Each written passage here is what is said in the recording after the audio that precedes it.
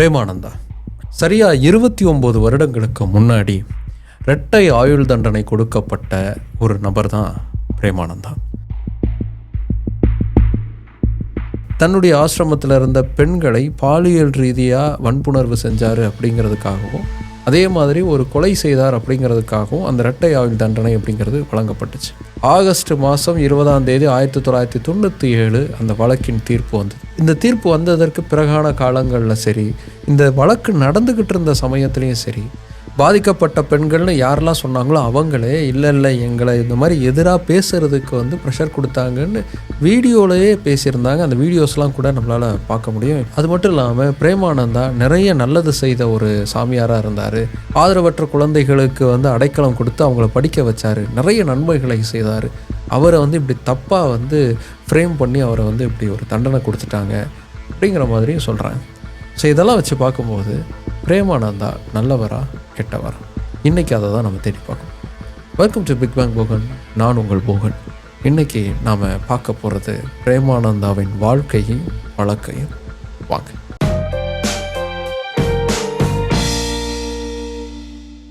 கடவுளின் பெயராலும் மதத்தின் பெயராலும் தான் கடவுள் அப்படிங்கிற அர்த்தத்துலேயும் உருவான பல சாமியார்கள் பல மதங்களில் இருந்துக்கிட்டு தான் இருக்காங்க. இவங்களை பற்றி நம்ம அடிக்கடி பல எபிசோட்ஸில் பார்த்துக்கிட்டு தான் இருந்திருக்கோம். இப்படி இருக்கக்கூடிய சாமியார்கள் ஏதோ ஒரு காலத்தில் அம்பலப்பட்டு போகிறாங்க. அதே மாதிரி இந்த மாதிரியான சாமியார்கள்லாம் அதிகமாக எந்த மாதிரியான வழக்குகளில் சிக்கிறாங்க அப்படின்னா, பாலியல் ரீதியான வழக்குகளில் தான் சிக்கிறாங்க. அதே மாதிரியான ஒரு வழக்கில் தான் பிரேமானந்தாவும் சிக்கினார். 90களில் நடந்த அந்த வழக்கு, தமிழ்நாட்டில் இந்த வழக்கு நடந்திருந்தாலும் பிரேமானந்தாவுடைய தொடக்கம் அப்படிங்கிறது இலங்கையிலிருந்து தொடங்குது. 1951 வருடம் நவம்பர் மாதம் 17 பிறந்தவர் தான் பிரேமானந்தா. இவர் பிறந்தது இலங்கையில் இருக்கக்கூடிய மாத்தளை அப்படிங்கிற ஒரு இடத்துல. இலங்கையில் பிறந்திருந்தாலும் இவருடைய பூர்வீகம் அப்படிங்கிறது தமிழ்நாடு தான். ஆங்கிலேயர்களுடைய ஆட்சி காலகட்டத்தில் இலங்கையில் இருக்கக்கூடிய தேயிலை தோட்டங்களில் வேலை செய்கிறதுக்காக தமிழ்நாட்டில் இருந்து தொழிலாளர்கள் அழைச்சிட்டு போகப்பட்டாங்க. அப்படி போனவங்க இந்தியாவை சார்ந்த தமிழர்கள், மலையக தமிழர்களாக அடையாளப்படுத்தப்பட்டாங்க. அப்படி ஒரு மலையக தமிழர் குடும்பத்தில் பிறந்தவர் தான் பிரேமானந்தா. இவருடைய இயற்பெயருங்கிறது பிரேம்குமார்.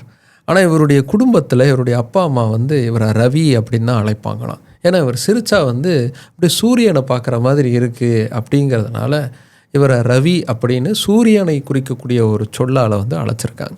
பிரேம்குமார் வளர வளர ஆன்மீகத்தின் மீது அவருக்கு ஒரு ஈடுபாடுங்கிறது உருவாகுது. அதை நோக்கி பயணிக்க ஆரம்பிக்கிறார்.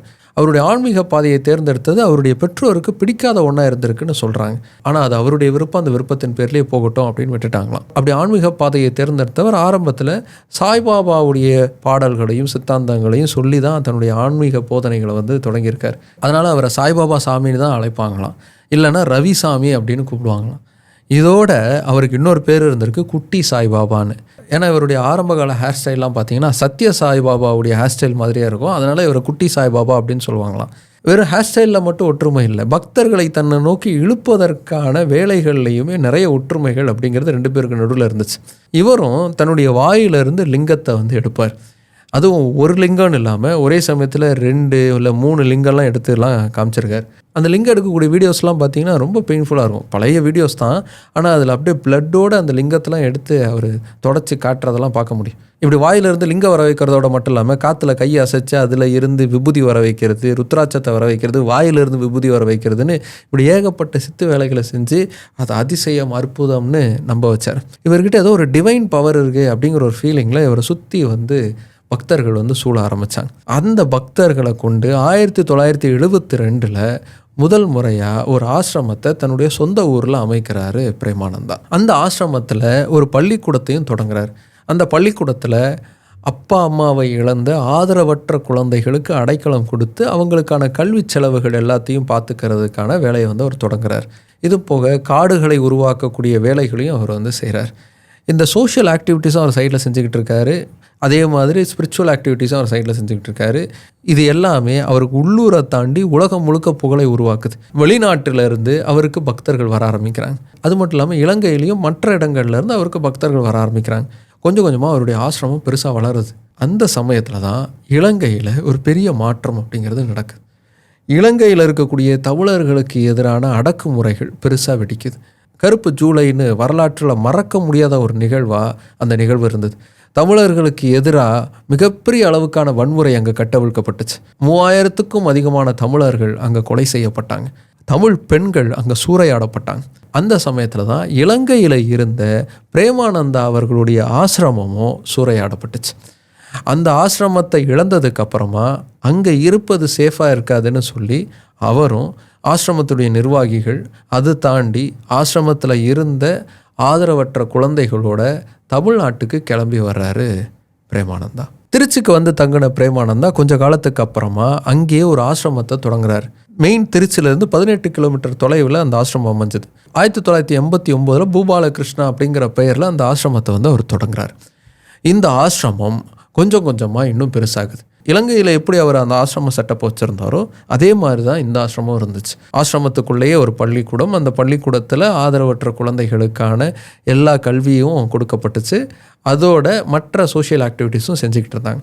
இந்த ஆசிரமத்துடைய புகழும் பிரேமானந்தா அவர்களுடைய புகழும் உலகம் முழுக்க பயணிக்க ஆரம்பிச்சது. ஜெர்மனி, பிரான்ஸ், இட்லின்னு பல நாடுகளில் இருந்து பக்தர்கள் இங்கே வந்து சேர்ந்தாங்க. குறிப்பாக ஜெர்மனியில் இருந்து அதிகப்படியான பக்தர்கள் பிரேமானந்தாவுக்கு வர ஆரம்பித்தாங்க. ஊரில் இருந்து தொலைவாக ஒரு ஆசிரமம், அங்கே வெளிநாட்டவர்களுடைய வருகை அதிகமாக இருக்குது அப்படிங்கிறது எல்லாமே பிரேமானந்தாவை சுற்றி ஒரு கரிஷ்மாவை உருவாக்குச்சு. அது போக அவர் இந்த மாதிரி அற்புதங்கள் செய்கிறாரு, அவர் தன்னை தேடி வர எல்லா பக்தர்களுக்கும் எல்லா விதமான தீர்வையும் தராரு, நோயோடு வந்தால் நோயை தீர்க்கிறாரு, கவலையோடு போனால் கவலையை தீர்க்கிறாரு, அவரை போய் பார்த்துட்டு வந்தால் போதும் எல்லாம் சரியாயிரும் அப்படிங்கிற மாதிரி அவருடைய இமேஜ் பரவ ஆரம்பிச்சது. இதனால் அவரும் அவருடைய ஆசிரமமும் பெருசாக வளர்ந்துக்கிட்டே இருந்தது. ஆசிரமம் பெருசாக வளர வளர அதை சார்ந்த தொடர்புகளும் அதிகமாக வளர ஆரம்பிச்சது. பிரபலங்கள், முக்கிய அரசியல் புள்ளிகள்லாம் பிரேமானந்தாவுக்கு நெருக்கமாக ஆரம்பித்தாங்க, அவருடைய பக்தர்களாக மாற ஆரம்பித்தாங்க.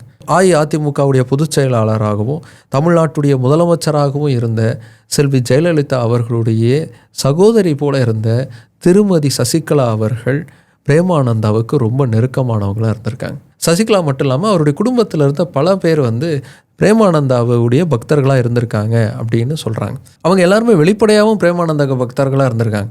நிறைய வாட்டி ஆசிரமங்களுக்கு வெளிப்படையாக வந்து அவரை பார்த்துருக்காங்க, அவர் சந்திச்சிருக்காங்க, பேசியிருக்காங்க, இதெல்லாம் நடந்திருக்கு. இப்படி வெளிப்படையாக பக்தர்களாக இருந்தவங்களை தாண்டி நிறைய அரசியல் தலைவர்கள் மறைமுகமாக பிரேமானந்தாவுக்கு நெருக்கமானவர்களாகவும் பக்தர்களாகவும் இருந்திருக்காங்க அப்படின்னு ஜீவா டுடே அப்படிங்கிற ஒரு யூடியூப் சேனலில் கொடுத்துருக்கக்கூடிய பேட்டியில் திருச்சி வேலுசாமி அவர்கள் வந்து இந்த கருத்தை வந்து பதிவு செய்கிறார். இப்படி ஆசிரமம் நல்லா போய்கிட்டு இருக்கு, கலெக்ஷன் நல்லா வந்துக்கிட்டு இருக்கு, பொது சேவையை நல்லா போய்கிட்டு இருக்கு, பப்ளிக்கான கனெக்ஷன்ஸும் நல்லா இருக்குது, பொலிட்டிக்கலான கனெக்ஷன்ஸும் நல்லா இருக்குதுன்னு நல்லா போய்கிட்டு இருந்துச்சு பிரேமானந்தா அவர்களுடைய ஆசிரம வாழ்க்கை. ஆனால் அது ஒரு சம்பவத்துக்கு அப்புறமா டோட்டலாக மாற ஆரம்பிச்சது. 1991 இந்தியாவின் பிரதமராக இருந்த ராஜீவ்காந்தி அவர்கள் படுமோசமாக படுகொலை செய்யப்பட்டார். அந்த படுகொலையை நிகழ்த்தியது இலங்கையில் ஈழ விடுதலைக்காக போராடிய புரட்சி படையாள தான் அப்படின்னு முதல்ல குற்றச்சாட்டு வைக்கப்பட்டுச்சு. அதை நோக்கிய விசாரணை அப்படிங்கிறது தொடங்கப்பட்டுச்சு. அதனால் ஈழம் சார்ந்து இருக்கக்கூடிய அத்தனை பேருக்கும் தமிழ்நாட்டில் ஒரு பெரிய நெருக்கடிங்கிறது உருவாச்சு. ஈழத்திலிருந்து வந்த தமிழர்களுக்கு அதுக்கு முன்னாடி வரைக்கும் பெரிய அளவுக்கான ஆதரவு, உதவி எல்லாமே கொடுத்துக்கிட்டு இருந்தாங்க தமிழக மக்கள். ஆனால் இந்த சம்பவத்துக்கு அப்புறமா நிலைமை மாறிச்சு. எல்லா ஈழத்தமிழர்களையும் சந்தேகத்தோடு பார்த்தாங்க, அவங்களோட சரியான பழக்கத்தை வந்து ஏற்படுத்திக்காமல் தவிர்த்தாங்க. இது எல்லாமே நிகழ ஆரம்பிச்சது. ஈழத்தில் இருந்து தான் தன்னுடைய ஆசிரமத்தை நகர்த்திக்கிட்டு திருச்சிக்கு வந்து செட்டில் ஆயிருந்தார் பிரேமானந்தா. அப்படிங்கிறதுனால அவர் மேலேயும் சந்தேக கண் அப்படிங்கிறது பரவ ஆரம்பிச்சது. அவருடைய ஆசிரமம் மூலமாக தான் ஈழத்தில் இருக்கக்கூடிய புரட்சி படைகளுக்கு பணம் போகுது, ஆயுதங்கள் போகுது, ஆயுத பயிற்சிகள்லாம் கூட ஆசிரமத்துக்குள்ளே தான் கொடுக்கப்படுது அப்படிங்கிற குற்றச்சாட்டுலாம் எழும்புச்சு. அதை வச்சு முதல்ல சிபிஐ விசாரணைங்கிறது நடத்தப்பட்டதாகவும், ஆனால் அந்த விசாரணையில் பெருசாக எதுவும் தெரிய வரலை, கண்டுபிடிக்கப்படலை அப்படிங்கிறதாகவும் வேலுச்சாமி அவர்கள் அவருடைய பேட்டியில் வந்து பதிவு செய்கிறார். ஸோ அந்த குற்றச்சாட்டிலிருந்து பிரேமானந்தா தப்பிச்சு வர்றாரு. ஆனால் அதுக்கப்புறமா இன்னொரு குற்றச்சாட்டு அவரை மொத்தமாக லாக் பண்ணுது. 1994 ஆசிரமத்திலிருந்து 2 பெண்கள் வந்து தப்பிச்சு வெளியில் வராங்க. அந்த பெண்களில் ஒரு பெண்ணுடைய பெயர் வந்து அருள் ஜோதி. இந்த 2 பேரும் ஆசிரமத்தில் ரொம்ப தவறான விஷயங்கள்லாம் நடக்குது, எங்களை பாலியல் ரீதியாக பல வகையில் வந்து துன்புறுத்துகிறாங்க, நாங்கள் 2 பேரும் தப்பிச்சு வெளியில் வந்துட்டோம், ஆனால் ஆசிரமத்துக்குள்ளே நிறைய பெண்கள் பாதிக்கப்பட்டு இருக்காங்க, அதில் பல பேர் சிறுமிகளாக இருக்காங்க அப்படிங்கிற குற்றச்சாட்டை வந்து அவங்க வைக்கிறாங்க. அனைத்து இந்திய ஜனநாயக மாதர் சங்கம் இந்த 2 பெண்களுக்குமான சப்போர்ட்டுக்கு வராங்க. அவங்களுடைய ப்ரெஷர் மூலமாக போலீஸ் விசாரணைங்கிறது தீவிரமாகுது. ஆசிரமத்துக்குள்ளே நுழைஞ்சு தொடர்ந்து விசாரணைகள் நடத்தப்படுது. அங்கே இருக்கக்கூடிய பெண்கள், அங்கே இருக்கக்கூடிய சிறுமிகள் கிட்ட தீவிரமான விசாரணை நடத்தப்படுது. ஆனால் இந்த விசாரணையுடைய போக்கு அப்படிங்கிறது ஒருதலை பட்சமாக நியாயமற்றதாக தான் இருந்திருக்கு அப்படின்னு பல பேர் வந்து பதிவு செய்கிறாங்க. அதை பற்றி படிக்கும்போது நமக்கு அப்படி ஒரு ஃபீலிங் தான் கிடைக்கிது. ஏன்னா பொதுவாக பாதிக்கப்பட்டவங்க கிட்ட விசாரணை நடத்தும் போது பெரிய அளவுக்கு ஃபோர்ஸ் இருக்காது. குற்றம் சாட்டப்பட்டவர்கள் மேலே விசாரணை நடத்தும் போது ஓரளவுக்கான ஃபோர்ஸுங்கிறது இருக்கும். அவங்கள விசாரணைக்காக வந்து கைது பண்ணியிருப்பாங்க, அவங்கள அழைச்சிக்கிட்டு போய் விசாரணை பண்ணுவாங்க, இதெல்லாம் நடக்கும். ஆனால் இங்கே பெண்களுக்கு பாதிப்பு ஏற்பட்டிருக்குங்கிறது கம்ப்ளைண்ட்டாக வந்திருக்கு. அதை நோக்கி வந்து போகிறாங்க. ஆனால் அங்கே இருக்கக்கூடிய பெண்கள் கிட்ட ரொம்ப கட்டாயமான விசாரணை அப்படிங்கிறது நடந்திருக்கு. அங்கே இருக்கக்கூடிய பெண்கள் சிறுமிகளை வந்து விசாரணைக்காக அழைச்சிட்டு போயிருக்காங்க. யாரெல்லாம் பிரேமானந்தாவுக்கு எதிராக குற்றம் சுமத்தினாங்களோ அவங்களுக்கெல்லாம் அடைக்கலங்கிறது கொடுக்கப்பட்டிருக்கு. மீதி பேர்லாம் மறுபடியும் ஆசிரமத்துக்கே அனுப்பியிருக்காங்க. பிரேமானந்தா எங்களை பல ரீதியாக வந்து பாலியல் ரீதியாக துன்புறுத்தினார், வன்புணர்வு செஞ்சாருங்கிற கம்ப்ளைண்ட்ஸ்லாம் அவங்க வச்சாங்க. அந்த குற்றச்சாட்டை வச்ச பெண்களில் நிறைய பேர் சிறுமிகளாகவும் இருந்தாங்க. இந்த சின்னஞ்சிறு சிறுமிகளையும் சீரழிச்சிருக்காரு பிரேமானந்தா அப்படின்னு சொல்லி அந்த சமயத்தில் பத்திரிகைகள் முழுக்க அவரை பற்றிய செய்திகள் தான் வந்துக்கிட்டு இருந்துச்சு. அவருடைய பின்புலம் இலங்கையிலேருந்து வந்திருந்தார், தனியாக ஒரு ஊருக்கு வெளியில் ஒரு ஆசிரமம் நடத்திக்கிட்டு இருந்தார். இது எல்லாமே அவருக்கு அகெயின்ஸ்டாக மாறிச்சு. அதை வச்சு நிறைய ஆர்டிகல்ஸ் எழுதுறதுக்கும் காரணமாக அமைஞ்சது. நிறைய எழுதுனாங்க. இதில் எதெல்லாம் உண்மை எதெல்லாம் போய் அப்படின்னு பிரித்தே பார்க்க முடியாத அளவுக்கு செய்திகளும் கட்டுக்கதைகளும் ஒன்றோட ஒன்றா கலந்துருந்துச்சு. இந்த பாலியல் ரீதியான குற்றச்சாட்டுலாம் மட்டும் இல்லாமல் இந்த சம்பவத்தை எல்லாம் தெரிஞ்சிருந்த ஒருத்தர் அங்கே பொறுப்பில் இருந்தார். அவரை படுகொலை செஞ்சு ஆசிரமத்துக்குள்ளேயே புதைச்சிருக்காரு பிரேமானந்தா அப்படிங்கிற குற்றச்சாட்டு வைக்கப்பட்டுச்சு. இந்த குற்றச்சாட்டுகளின் அடிப்படையில் அவர் மேலே விசாரணை அப்படிங்கிறது தொடங்குச்சு. இந்த வழக்கில் பிரேமானந்தா, அவருக்கு உதவியாக இருந்த கமலானந்தா, கமலானந்தாவுடைய மனைவியாக இருந்த சந்திராதேவி, இவங்க எல்லாம் முக்கியமான குற்றவாளி அப்படின்னு சொல்லி கைது செய்யப்பட்டாங்க. சந்திராதேவி பார்த்திங்கன்னா ஒரு மருத்துவர், இலங்கையிலிருந்து வந்திருந்த ஒரு மருத்துவர். பாதிக்கப்பட்ட பெண்களுடைய கருவை கலைப்பதற்கு, தடயங்களை அழிப்பதற்கு இவர் தான் உதவி செஞ்சுருக்காரு அப்படிங்கிறது இவர் மேலே வச்ச குற்றச்சாட்டாக இருந்துச்சு. இந்த வழக்கு தமிழ்நாடு மட்டும் இல்லாமல் இந்தியா முழுக்கவும் அதிர்வலைகளை ஏற்படுத்தக்கூடிய ஒரு வழக்காக இருந்துச்சு. அந்த சமயத்தில் அதிமுக ஆட்சியில் இருந்தாங்க. அதனுடைய வழக்குடைய விசாரணைங்கிறதுல ஒரு சுணக்கம் இருந்துச்சு அப்படின்னு சொல்லுவாங்க. அதற்கு பிறகு திமுகவுடைய ஆட்சிங்கிறது வருது. திமுகவுடைய ஆட்சியில் இந்த வழக்கு இன்னும் வேகம் எடுக்க ஆரம்பிக்குது. பிரேமானந்தா சார்பாக முதல்ல ஒரு வழக்கறிஞர் இருந்தார். அதற்கு பிறகு இந்தியா முழுக்க புகழ்பெற்றிருந்த வழக்கறிஞர் ராம்ஜெத் மலானி ஆஜரானார். அரசு தரப்பில் ஒரு முக்கியமான சாட்சியை கொண்டு வந்தாங்க. இந்த குற்றச்சாட்டை வச்ச அருள்ஜோதிக்கு கர்ப்பம் உண்டாயிருந்ததுன்னு, அந்த கர்ப்பத்தை கலைப்பதற்கு நீதிமன்றம் அனுமதிக்கணும் அப்படின்னு சொல்லியிருந்தாங்க. அந்த கருவில் இருந்த டிஎன்ஏவையும் பிரேமானந்தா அவர்களுடைய டிஎன்ஏவையும் எடுத்து மேட்ச் பண்ணி இது பிரேமானந்தா அவர்களால் உருவான குழந்தை தான் அப்படின்னு அரசு தரப்பில் வந்து சொன்னாங்க. ஆனால் பிரேமானந்தா சார்பாக ராம்ஜெத் மலானி அரசு தரப்பை ஏற்க முடியாதுன்னு சொல்லி இந்த டிஎன்ஏ டெஸ்ட்டை லண்டனில் செய்யணும் அப்படின்னு சொன்னார். லண்டனுக்கு அனுப்பி அந்த டெஸ்ட் ரிசல்ட் வந்துச்சு. அந்த டெஸ்ட் ரிசல்ட்டில் பார்த்தா பிரேமானந்தா அவர்களுக்கும் அந்த குழந்தைக்கும் சம்மந்தமே இல்லை அப்படின்னு வந்துச்சு. ஆனால் நீதிமன்றம் அதை ஏற்கவே இல்லை. இந்தியா முழுக்கவுமே எதிர்பார்ப்புகளை உருவாக்கின இந்த வழக்கில் நீதிபதி பானுமதி அவர்கள் 1996 ஆகஸ்ட் மாதம் மிக முக்கியமான ஒரு தீர்ப்பு அப்படிங்கிறத தந்தாங்க. அந்த தீர்ப்பில் இந்த குற்றச்சாட்டுகளுக்காக இரட்டை ஆயுள் தண்டனை அப்படிங்கிறது பிரேமானந்தாவுக்கு வழங்கப்பட்டுச்சு. கிட்டத்தட்ட 33 வருஷம் அவர் சிறையில் இருக்கணும் அப்படின்னு அந்த தீர்ப்பு சொல்லிச்சு. அது மட்டும் இல்லாமல் பாதிக்கப்பட்ட பெண்களுக்கு பண உதவி அளிக்கணும், அந்த பணம்ங்கிறது பிரேமானந்தா கிட்ட இருந்து கைப்பற்றப்பட்டதாக இருக்கணும் அப்படின்னு அந்த தீர்ப்பில் சொல்லியிருந்தாங்க. பிரேமானந்தாவுக்கு இந்த தண்டனைகள் வழங்கப்பட்டிருந்தாலும் அவரோடு சேர்ந்து கைது செய்யப்பட்ட மற்றவர்களுக்கு அந்த அளவுக்கான தண்டனைங்கிறது கொடுக்கப்படலை. முக்கியமாக சொல்லணும் அப்படின்னா மருத்துவர் சந்திராதேவி இருக்காங்க இல்லையா, அவங்க ஏற்கனவே 2.5 வருஷம் ஜெயிலில் இருந்துட்டாங்க இந்த வழக்கு விசாரணையினால். அதனால் வந்து அதுவே அவங்களுக்கு தண்டனையாக கருதி அவங்களை விடுதலை செஞ்சாங்க. ஆனால் தனக்கு இழைக்கப்பட்ட தண்டனைக்கு எதிராக மேல்முறையீட்டுக்கு போனார் பிரேமானந்தா. ஆனால் மேல்முறையீடுலையும் அவருடைய தண்டனைங்கிறது கன்ஃபார்ம் ஆச்சு. மிக மோசமான குற்றங்களை செய்த போலி சாமியார் பிரேமானந்தா கைது செய்யப்பட்டார், சிறையில் இருந்தார் அப்படிங்கிறது தான் அதற்கு பிறகு எல்லோருக்கும் பதிவான ஒரு செய்தியாக இருந்துச்சு. 17 வருடங்கள் சிறைக்குள்ளே இருந்த பிரேமானந்தா 2011 பிப்ரவரி மாதம் வந்து உடல்நிலை ரொம்ப மோசமாகி மரணம் அடைஞ்சார். அவருடைய மரணத்துக்கு பிறகு பல காலம் கழித்து அவரை பற்றிய இன்னும் ஒரு சில செய்திகள் அப்படிங்கிறது வெளி உலகத்துக்கு வர ஆரம்பிச்சது. அது பிரேமானந்தா பற்றிய இன்னொரு பிம்பத்தை, இன்னொரு முகத்தை காமிச்சது. பிரேமானந்தாவுடைய இந்த விசாரணை அப்போவே நிறைய சாட்சிகள் வந்து அவருக்கு எதிராக இவர் தான் எங்களை வந்து இந்த மாதிரி மோசமாக வந்து நடத்தினார் அப்படின்னு எந்த பெண்கள்லாம் சொன்னாங்களோ அதே பெண்கள் இல்லை அவர் ரொம்ப நல்லவர், அவர் எங்களை எதுவுமே பண்ணலை, எங்களை இப்படி சொல்லி டார்ச்சர் பண்ணாங்க அப்படின்னு சொன்னாங்க.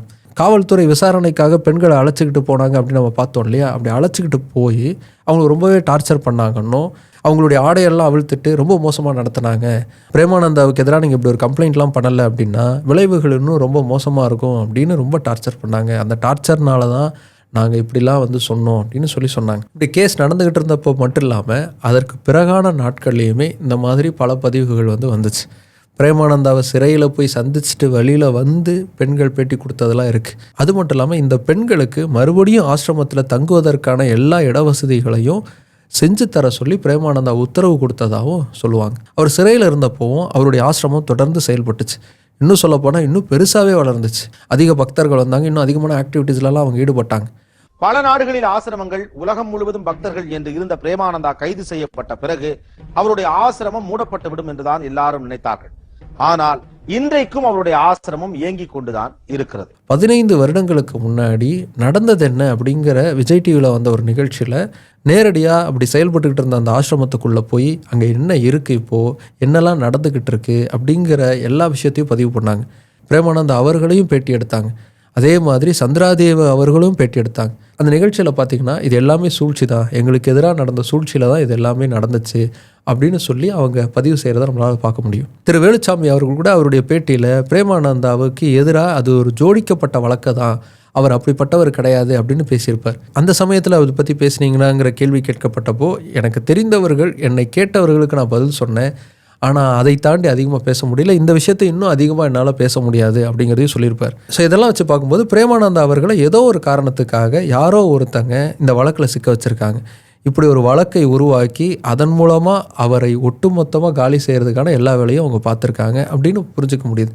ஆனால் இதுவும் எந்த அளவுக்கு உண்மை அப்படிங்கிறத இப்போ வரைக்கும் நம்மளால் புரிஞ்சுக்க முடியல.